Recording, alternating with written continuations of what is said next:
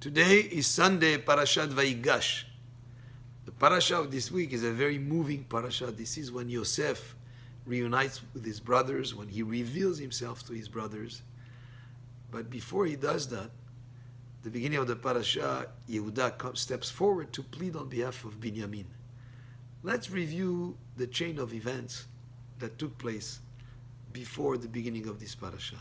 Because really, the beginning is the climax. It's a denouement, as we say in French, which means, even in English, you could use that word, denouement, meaning it's a climax that resolves all the questions and all the mysteries that were before and comes into a resolution. This is what happened in the beginning of this week's parasha. What happened before? The brothers of Yosef sold him as a slave.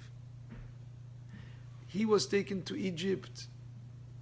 He served Potiphar, then he was thrown in jail. Then from the jail, he was all the way from the low level of being in jail. He reaches to the highest level of being the viceroy of Egypt. He's the second of command. The second of command after Paro. And there is 7 years of plenty. And then the 7 years of famine begin. His brothers are sent by the father, Yaakov, to go and bring food from Egypt because there was a famine. When they come to Egypt, Yosef had designed a strategy where if his brothers came, he would be able to see them. His brothers were brought to the palace. They don't recognize him because when they sold him, he was only 17. And now he's dressed in all this royal clothing. And of course, he didn't have a beard maybe when he was 17. Now he's an adult. They don't recognize him. He recognizes them. And then in a dialogue, the subject of Binyamin comes up, who is the brother of Yosef from the same mother, because Yaakov had 4 wives. Yosef, brother from the same mother, is Binyamin. He asked them to bring Binyamin because he wants to make sure that really that they're not spies. It's all a strategy that he's developing here. And what he does, he takes Shimon, his brother, as a prisoner and as a guarantee that they will come back with Binyamin. Why is Shimon specifically? Because Shimon is the one who threw him in the pit before they sold him as a slave. Some time later, they bring the brother Binyamin, and they have again a meeting with Yosef. And after they leave, they each are accused of having stolen the cup of Yosef. Because Yosef made sure that the cup is put in the bag of Binyamin. And he sent soldiers to chase them. When they caught up with them, he says, "Why did you take the cup of our master?" And they look through the bags and they find it in the bag of Binyamin. Of course, this is a false accusation, but they brought back to the palace. And now in the beginning of this parasha, Yehuda, the brother of Binyamin and Yosef, steps forward and pleads on behalf of Binyamin. Why specifically Yehuda? Because Yehuda was the one who had the idea, the concept that they should sell him as a slave rather than kill Yosef.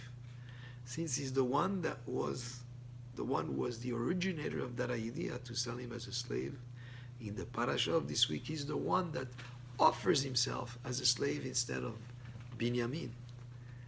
And now Yosef sees that they really are rehabilitated offenders.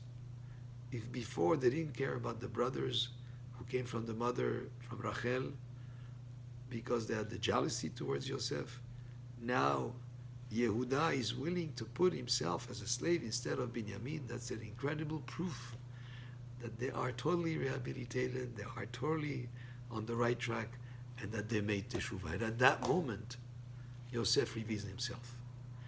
And so what he did here, as things that were unexplainable become totally explained. And what the brothers didn't make sense.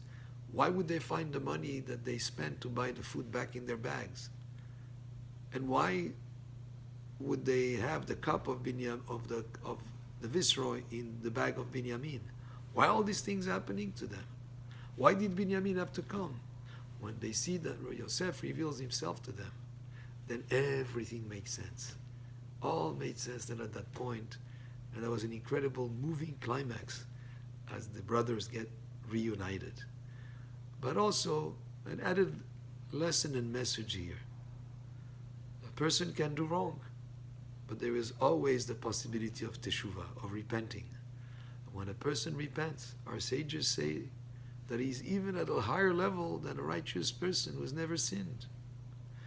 But the best proof that a person has repented and made teshuvah is if he's faced with the same situation after he repented and he acts properly.